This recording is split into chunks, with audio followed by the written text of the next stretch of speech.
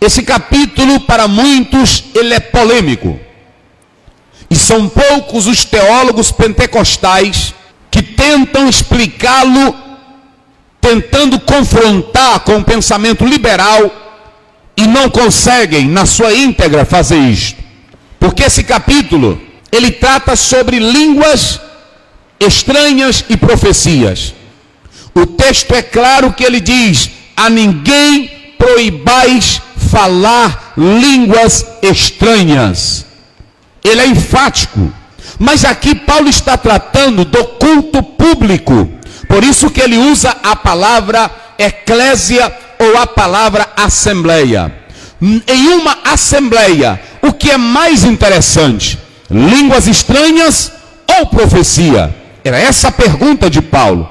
O que edifica mais? Línguas estranhas ou profecias? Ambas edificam. Paulo diz: quando eu oro em línguas, eu edifico a mim mesmo. Mas a profecia, ela, verso 3, ele diz claramente, ela edifica, exorta e consola. Mas, meus queridos, qual é a profecia que Paulo está tratando aqui? É a profecia mística? É a profecia estática, absorta? É aquela profecia que alguém inventa? Aquela irmã da blusa azul? Aquele irmão da calça amarela? Não! Essas profecias preditivas não estão aqui dentro do contexto de Paulo. Paulo está falando para a assembleia. O que vale numa assembleia não é a profecia preditiva, porque a profecia preditiva, ela não cria doutrina. A profecia preditiva, ela não firma fé. Quantas pessoas não receberam profecias preditivas e hoje não estão desviadas? Quantas pessoas não receberam profecias preditivas e hoje estão longe da igreja? Mas a profecia que edifica, a profecia que consola, a profecia que conforta, é a gloriosa palavra de Deus, é a mensagem dos céus. É por isso que cada um de nós somos profetas. Amém, irmãos? Quem tem a Bíblia aí? Levante a sua Bíblia. Deixa eu dizer uma coisa.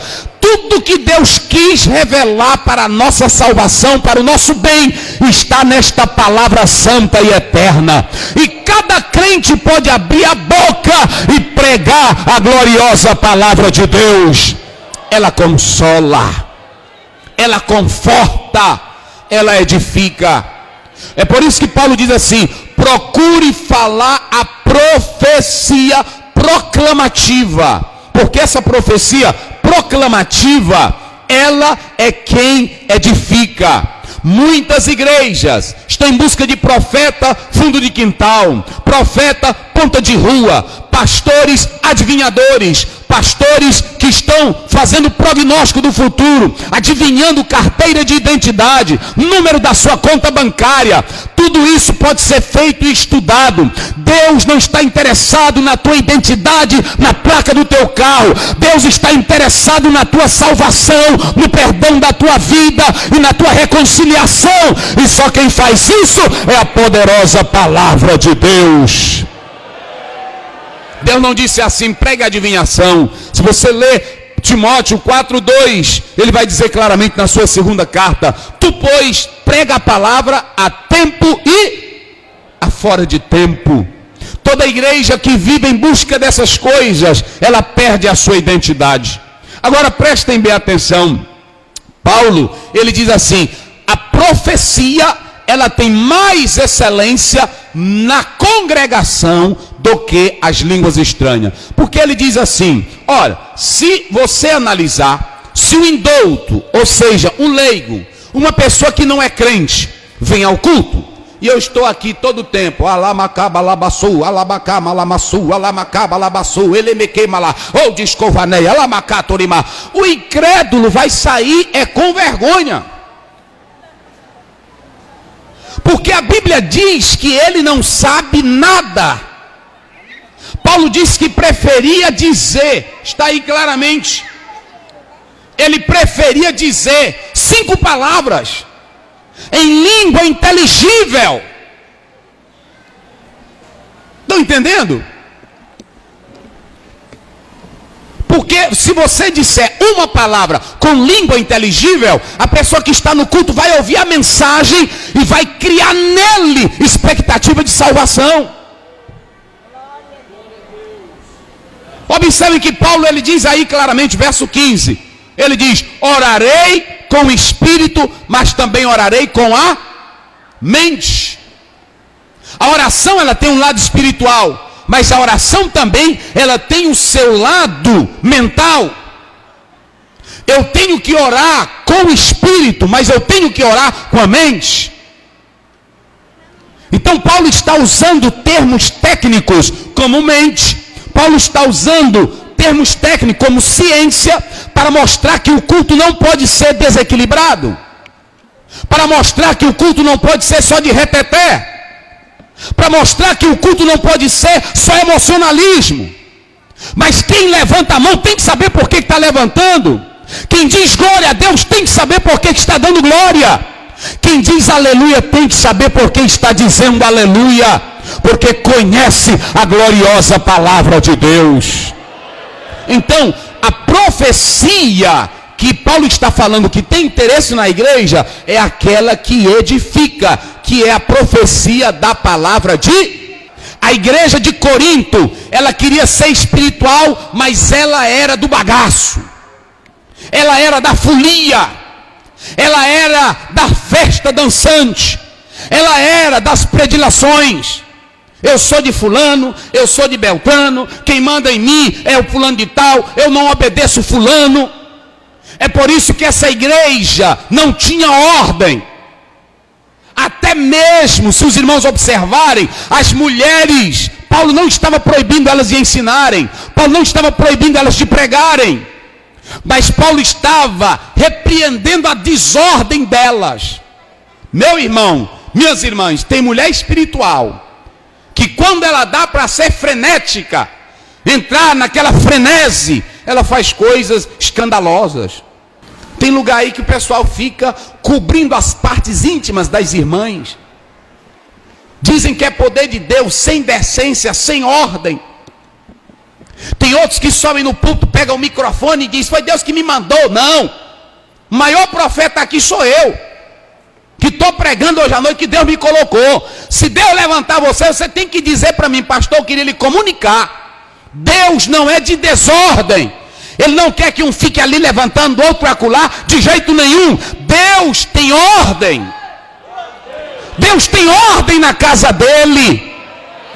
Agora Paulo, ele está consertando a línguas estranhas na igreja. Ele não está proibindo. O irmão pode falar línguas, porque falando línguas, você está em comunhão com os céus. Agora, na hora que for para entregar um recado, você tem que entregar em palavras inteligíveis.